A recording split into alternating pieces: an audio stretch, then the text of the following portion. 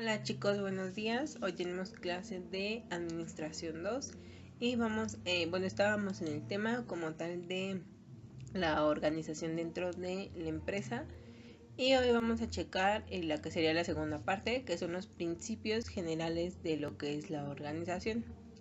Uno de ellos va a ser la división de trabajo.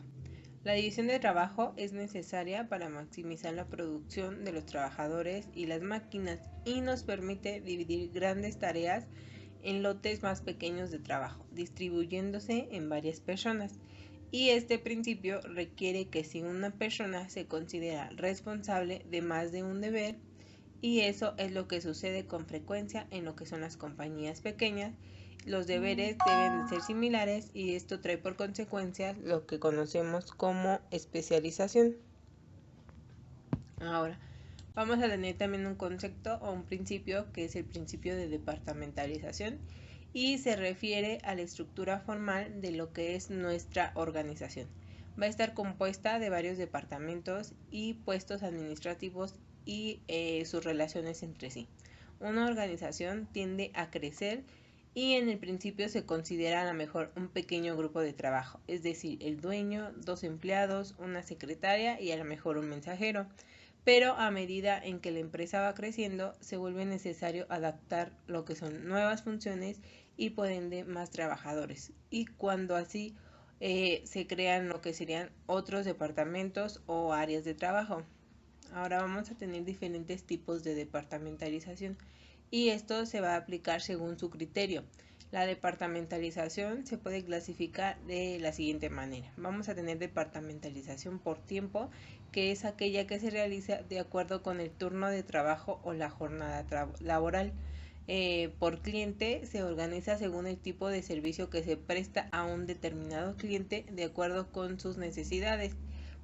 Por territorio, que según el área geográfica donde se brindan los servicios, y también departamentalización por productos o servicios, que se toma en cuenta el tipo de producto o servicio que se va a ofrecer. Asimismo, tenemos la departamentalización por proyectos, que se realizan diferentes equipos de acuerdo a cada proyecto planificado, o la departamentalización por equipo, que se dividen en equipos de trabajo para que las actividades sean realizadas a plenitud y disminuya como tal nuestro costo. Y departamentalización por procesos busca como tal optimizar y hacer rentable lo que es nuestra producción a través de lo que son procesos que contribuyan con un mejor rendimiento. Y por último tenemos la departamentalización por funciones, es decir, el trabajo es dividido de acuerdo con las actividades y el área a la que corresponde cada labor. Como ejemplo podemos tener lo que es un banco. Se lleva a cabo una departamentalización cuando se dividen lo que son sus actividades de esta forma: a lo mejor gerente, banca comunitaria, banca empresarial, banca institucional, banca agrícola y préstamos hipotecarios e inmobiliarios. Y otro podría ser en una empresa, es posible encontrar lo que son los siguientes sectores: finanzas, marketing, producción y presidencia, y a esta división se le va a llamar departamentalización. Y vamos a tener otro principio, que es el principio de jerarquización. Se refiere al esquema de grados dentro de una estructura organizacional y dicha estructura está representada a través de un organigrama y considerada dentro del mismo número X de niveles o grados que van desde los dueños de la empresa, es decir, los accionistas, hasta el nivel operativo más bajo. Cuanto mayor sea el número de niveles, tanta más larga será como tal nuestra cadena de mando y tanto más tiempo se necesitará para que las instrucciones desciendan por esta línea y la información ascienda y descienda por toda la organización. Y un ejemplo podemos ver este organigrama. Tenemos nuestra asamblea de accionistas, un consejo administrativo, como este tenemos un jurídico, le sigue lo que es el gerente general y tenemos el departamento de recursos humanos, producción, finanzas y contribuciones. Ahora, también vamos a tener algo que se le conoce como línea de mando o autoridad. Recordemos lo que un autor nos dijo, Fayol, que menciona respecto a este principio. Nos dice que la autoridad o línea de autoridad o de mando va a ser aquella que va de escalón más alto o al más bajo. Y este camino está impuesto a la vez por la necesidad de una transmisión segura y por la unidad de mando. Y va a ser un error prescindir a lo mejor de la vía jerárquica sin necesidad, lo que es mucho mayor seguirla cuando debe de resultar de ello un prejuicio para lo que es la empresa. Como tal, nuestra línea de mando nos indica la relación formal existente entre dos personas o dos áreas específicas de trabajo. Y en lo que es nuestro organigrama, el que checamos anteriormente, vamos a ver que la dependencia que existe de lo que es nuestro consejo de administración respecto de la asamblea de accionistas, esta misma dependencia la apreciamos cuando analizamos la situación de cada una de las áreas operativas respecto a lo que va a ser nuestra gerencia.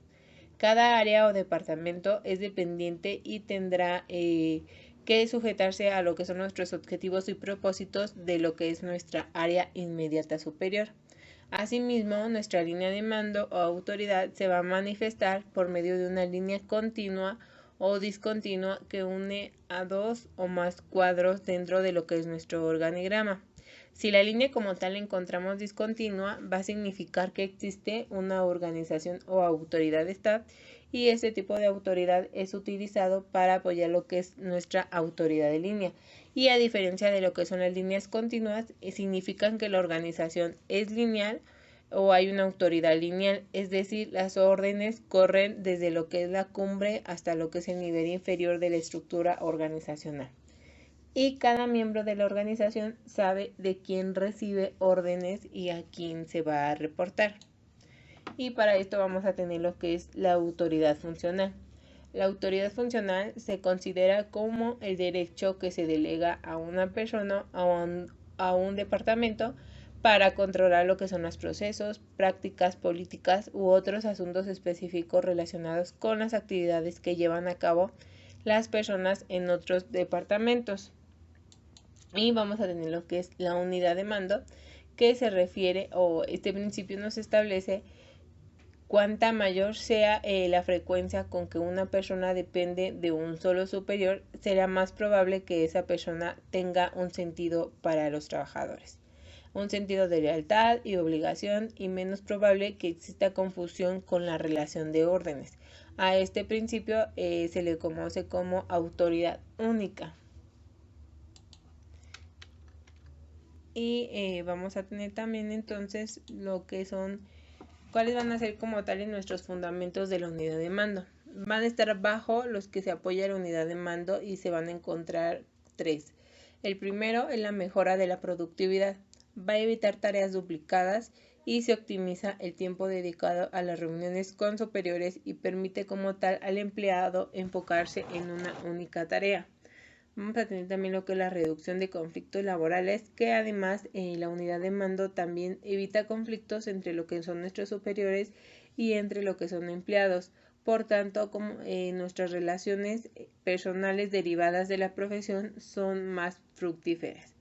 Y la tercera es de que mejora la toma de decisiones. Al tener más productividad y menos conflictos laborales, la motivación laboral va a aumentar y esto produce que las decisiones sean de mejor calidad, más creativas y mucho más rápidas. Este principio está íntimamente relacionado con aquel dicho que nos dice aquello que el que mucho abarca poco aprieta. Este dicho se refiere a que si estás en varias cosas a la vez, al final no te vas a enfocar en una sola tarea y más vale hacer muy poco a hacer mucho, pero como tal quede mal. Y aquí vemos un ejemplito de la unidad de mando que dice: un empleado debe de recibir órdenes de un único superior, y a esto también vamos a tener lo que es la unidad de dirección. Es decir, son actividades que persiguen el mismo objetivo, están dirigidas por un mismo plan y por un mismo superior. Ahora vamos a tener también lo que es la autoridad. Respecto a este principio, Fayol nos menciona que es el derecho a mandar y el poder de hacerse obedecer. No se concibe la autoridad sin la responsabilidad y la responsabilidad es un colorario de la autoridad. Es decir, es como tal un principio o ya algo ya establecido, ¿va? Que siempre que haya responsabilidad, como tal va a haber la autoridad. Y la autoridad en el ámbito administrativo está identificada como la base legítima de nuestro poder. Por lo tanto, existe ese derecho legal de ordenar a otros una acción y de exigir como tal el cumplimiento de esta. La autoridad de la organización es simplemente la magnitud de la discrecionalidad que se confiere a las personas para que utilicen su capacidad de juicio a fin de tomar decisiones y emitir como tal instrucciones a lo que son los empleados. Ahora, va a haber ciertos requisitos de aceptación de la autoridad. El primero es de que el subordinado debe de ser capaz de entender la comunicación. La segunda, debe de saber que lo que se le pide es consistente con los objetivos generales como tal de nuestra organización o de la empresa. Y la tercera es de que debe de percibir que lo que se le pide es compatible con sus principios éticos y morales. Y la cuarta es de que debe de poseer la capacidad física y mental para cumplir lo solicitado por lo que es su mando superior. Y vamos a tener también lo que son tipos de autoridad. Vamos a tener tres. Una en la que ya hemos dicho, la autoridad de línea, en la que posee un nivel jerárquico o jefatura para dirigir el trabajo a su subordinado, y en la relación directa del superior subordinado que se extiende de la cima de la organización hasta lo que es el escalón más bajo y se le denomina como cadena de mando. Por ejemplo, en una panadería que cuenta con varias sucursales, el propietario posee la autoridad de línea sobre lo que es el encargado de administración de las sucursales y sobre lo que es el personal de cada una de ellas. Y tenemos otra que es la autoridad de personal, es la que se delega progresivamente en terceros, ya sea por la especialización de los mismos o por lo que son los recursos con que cuenta. Y va a ser necesario crear funciones específicas de autoridad de personal para apoyar, ayudar y aconsejar. Y en vez de tratar de manejarlo todo, lo que va a hacer nuestro propietario como tal de la panadería en nuestro ejemplo es delegar ciertas responsabilidades en el encargado de las compras, tal de materias primas y suministros, y a su vez este se limita a ejercer únicamente autoridad que se le ha como tal delegado. Y el tercero va a ser nuestra autoridad funcional, que es la autoridad que tendrá el administrador de la panadería sobre todos los empleados de la misma. Y esta autoridad complementa lo que conocemos como es la autoridad de línea y a la de personal, y es una forma como tal de autoridad que es un poquito más delimitada. Y pues esto sería todo por el tema de hoy. Muchas gracias por su atención.